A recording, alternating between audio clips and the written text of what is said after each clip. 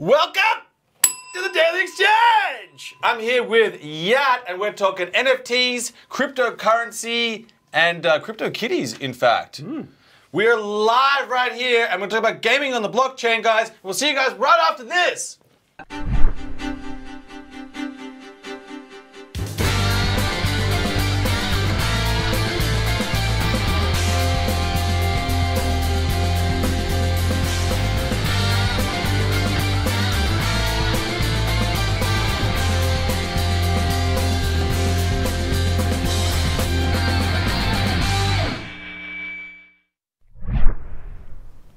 All right, guys, we're back. We're here with Yat. We're going to talk about his experience in designing CryptoKitties, Yat. It's pretty intense. Well, it wasn't us who was designing it. Basically, we had one of our game designers at Fuel Powered, which is a company that we had acquired, and Mick Naim, who was one of the co-founders of CryptoKitties, that was his business, and so they helped basically design aspects of the game. So that was pretty cool, and we're fortunate to be a part of the journey. Wow. Guys, just a quick update on the market right now. Bitcoin trading at $6,477. We're kind of trading sideways to some extent. Ethereum, $227. EOS, $5.17. Bitcoin Cash at $515.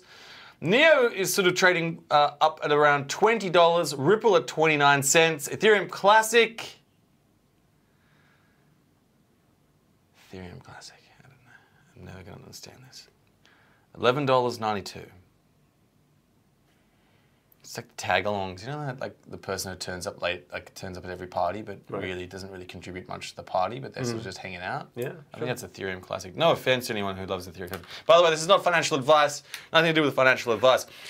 Yeah, tell us now. Let's talk about NFTs. Yeah. The blockchain. Tell us, how did you get into NFTs? How did you get into this whole? Tell us the story of how you got into CryptoKitties. Well. So, I mean, as I mentioned, when we did the acquisition of Fuel Powered, basically that's how we got into CryptoKitties. We then ended up also getting the distribution rights for Greater China and helping putting that on mobile into that marketplace. And then also most recently, we ended up basically finding ways to distribute blockchain dApps into HTC and other mobile phone providers. And that journey sort of really taught us much about sort of NFTs. You know, we got introduced to ERC 721. And we basically just a light bulb went off. We said, holy shit, this could completely change the gaming industry because now we can have digital scarcity. And you can actually own an item that could grow in value, for instance. And CryptoKitties certainly proved that when people sort of paying hundreds of ETH for some rare kitties. So full disclosure and history, Yat, you've been long time into designing games. Yes. You actually worked at Atari.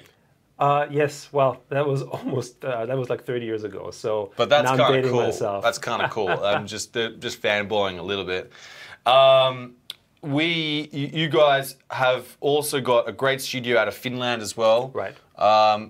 With your game... Crazy Defense Heroes. Crazy Defense Heroes. Yeah. A bit like Tower Defense, mixed in with, I guess, a bit of a marketplace. Collection. So it's got card collection. Quite suitable for NFTs in the future, I might add. Very suitable for the NFTs. Yeah.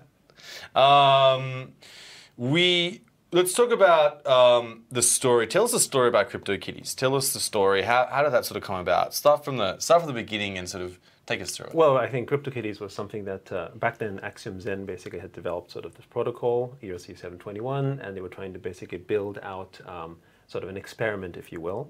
How can you actually sort of proving out digital scarcity and sort of non-fungible tokens? And I guess the common known story is nobody expected CryptoKitties to just kind of take off. It was just launched and let's see how it goes. And before we knew it, became an overnight sensation and basically brought Ethereum to its knees and awoke sort of the whole world pretty much to the potential of basically non-fungible tokens and pretty much led the way in terms of blockchain gaming.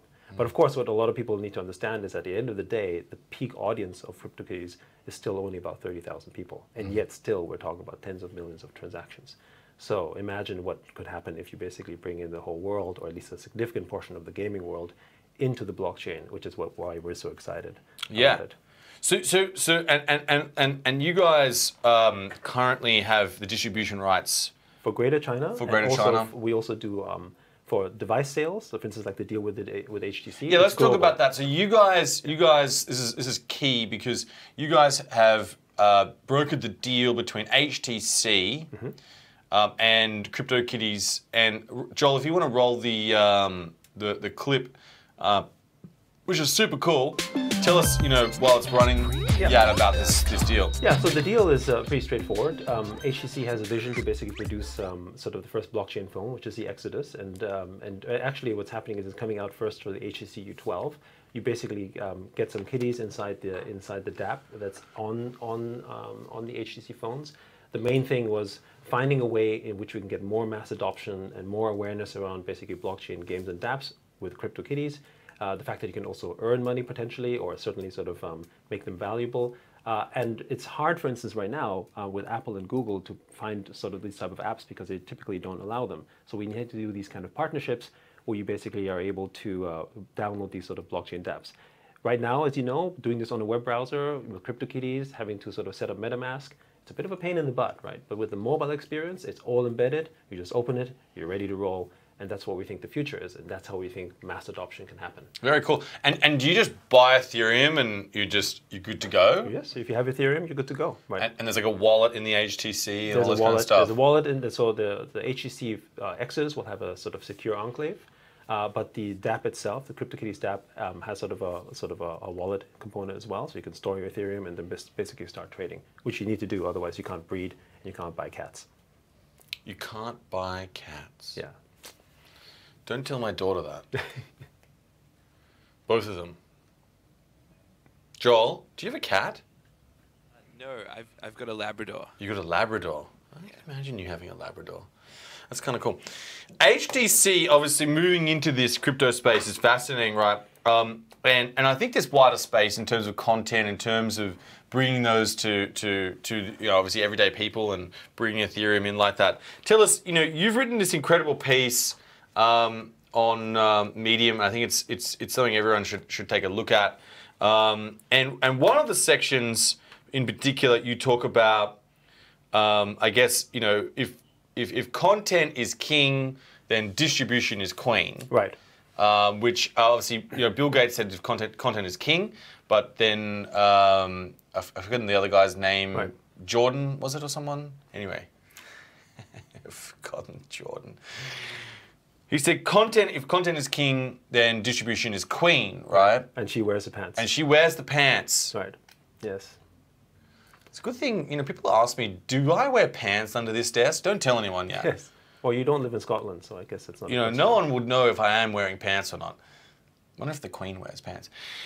Let's talk about this. But so content is king, distribution is queen, right?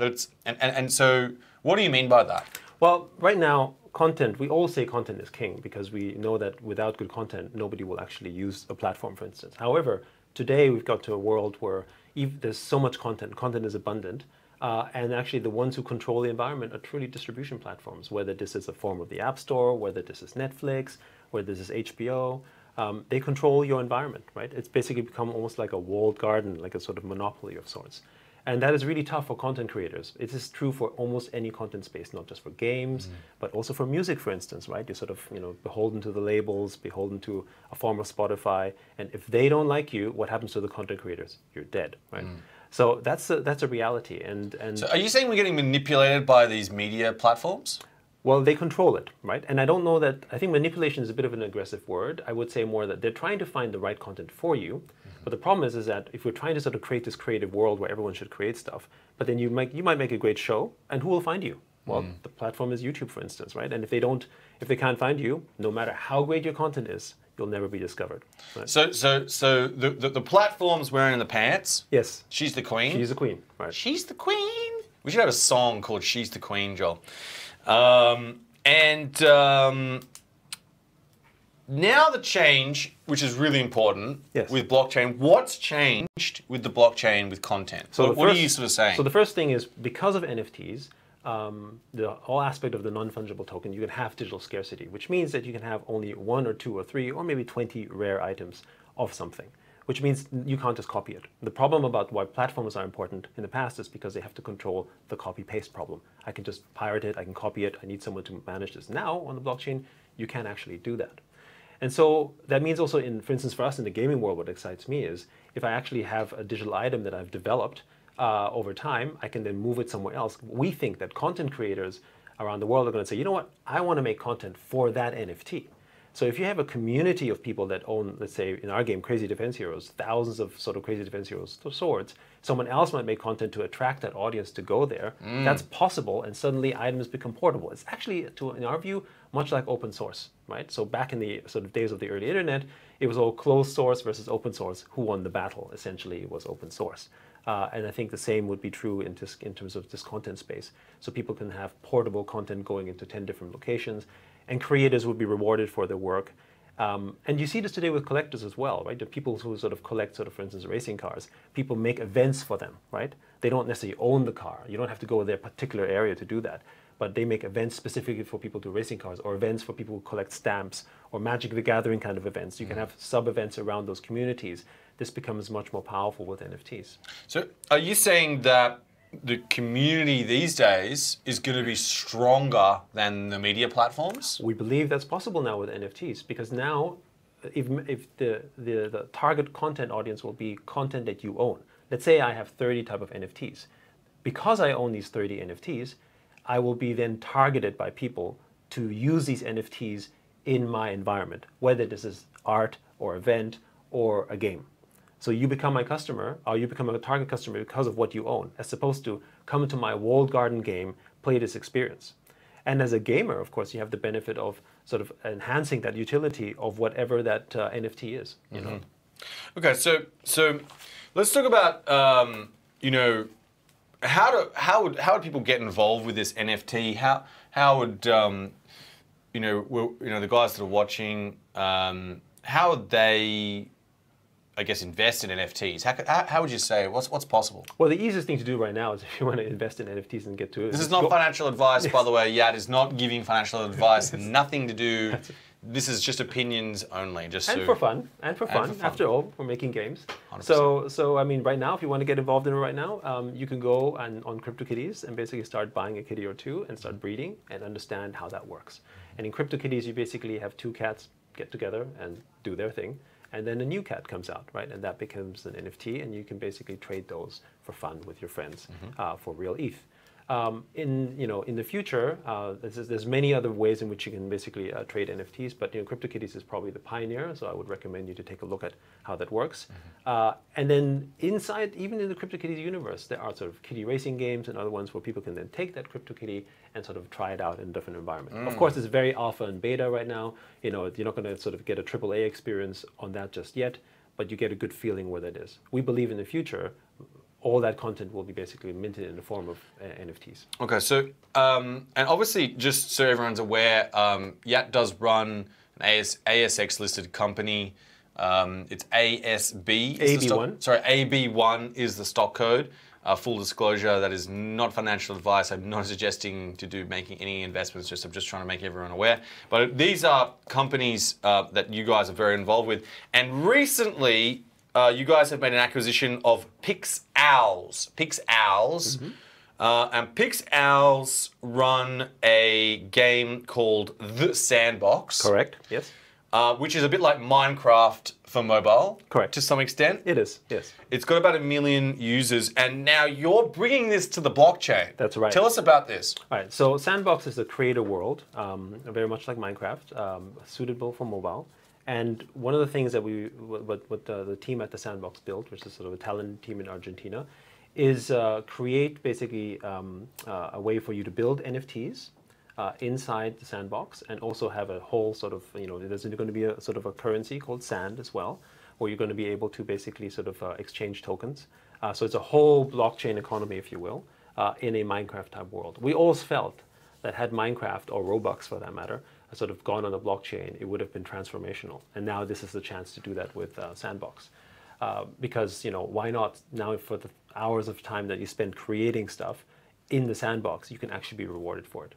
And it could be an NFT that could be used elsewhere. Or, of course, the initial utility will be within the Sandbox. Why do you think miners will move, well, not miners, but builders move from Minecraft to the Sandbox? What's sort of the big thing? Well, I think one of the most obvious things is the fact that if you build something on Minecraft, you do it for fun and entertainment, but you don't necessarily get rewarded for it. But if you do it on Sandbox, and who's rewarding who? How does that work? Well, if it's an NFT, if I'm a player and I want to buy, for instance, something that I just created as an NFT to be used in Sandbox, I will buy buy it from the player as opposed to buy it from us. Now, the typical content model today for game companies has been a one-way distribution model. I make a sword for my game, I sell it to you, you pay money for it. But what if the player makes the sword and he actually sells it to the to someone else to use inside the game? And then instead of us making money on that, we end up getting a transaction cut every time that happens. We become facilitators on a transaction-based economy rather than necessarily someone who sort of puts out content. And the player becomes more vested too, because now he's actually able to sort of participate in a different way. Imagine if you're playing a game, your favorite game, and you're putting in $10, knowing that you're actually potentially building a value, as opposed to it just doesn't mean anything. It's just for fun and you're sort of burning it. Wonderful. So players are going to actually be able to have real money from their gaming, which is incredible. Not that they were doing that before to some extent, I guess. Well, remember World of Warcraft? Remember World of Warcraft? All the guys in China basically gold farming? Gold farming, yeah. And Diablo 3? Yeah. I confess I bought gold in Diablo 3. Right. Yes. All right, guys. Thanks so much, Yat, for joining us. Guys, do subscribe. Check out Yat's game coming out, The Sandbox. And his acquisition of PixOurs. He will be on a much longer interview with the guys over on our gaming and crypto channel. So do check out that much more in-depth interview. But thanks so much for joining us, and that's very much for the Daily Exchange!